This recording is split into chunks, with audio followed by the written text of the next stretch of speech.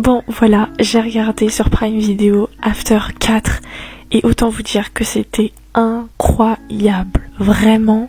Déjà, petite info, je pensais que c'était le dernier film, mais en fin de compte il y aura un After 5 qui a déjà été tourné, donc j'espère qu'en 2023 on l'aura. Et deuxième chose, bon, mon préféré c'est After 2 qui est quand même l'un des plus toxiques en termes de volets, on va pas se mentir, mais je dois avouer qu'en termes d'avancée, de morale et de profondeur, le 3 et le 4 étaient vraiment excellents. Et là en l'occurrence, le 4 du coup, After Ever Happy, est vraiment génial. Il y a genre je crois même pas 2 ou 3 scènes de goumou goumou, c'est tout. Mais par contre c'est ultra profond, il y a des discours sur la sexualité, la toxicité, la morale, la famille, les amis, l'amour, le fait que aimer c'est bien mais ça ne suffit pas, enfin il y a plein d'autres choses qui jouent en compte. Et donc là on se retrouve directement après After 3, donc avec la fameuse révélation sur Hardin. Oh là là, on ne savait pas.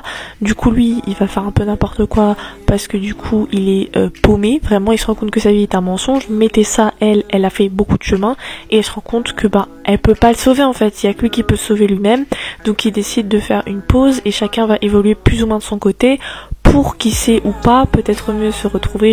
Le but c'est pas de spoiler, mais aussi c'est à ce moment-là qu'on découvre du coup ce que Hardin écrivait dans son carnet depuis le début, ce qui n'est autre qu'en fait After. Voilà, du coup le film passe assez vite, mais aussi assez lentement, parce que du coup il y a qu'une heure et demie de film, mais ce qui s'y passe dedans, tu sentais bien qu'en fait il y allait avoir un 5e film. Et je suis désolée mais les acteurs sont exceptionnels. Tessa elle a changé du tout au tout par rapport à After 1. Et Hardin, bon Dieu comment il est devenu méga sensible. En fait il a toujours été mais il se cachait derrière des côtés de bad boy.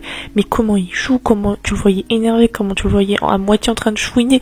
Il était beaucoup trop mimes.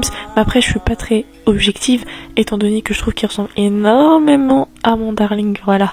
Donc... en tout cas, franchement, ce volet 4 était exceptionnel et même le public a adoré, sachant que les 3 premiers volets avaient été quand même pas mal critiqués, mais là, l'opinion publique est unanime, After 4 est une dinguerie. Ah, et mention spéciale à Landon, le entre guillemets frère de Hardin, qui est un des meilleurs amis de Tessa, qui est exceptionnel, je l'adore et j'étais contente qu'on le voit souvent dans ce film.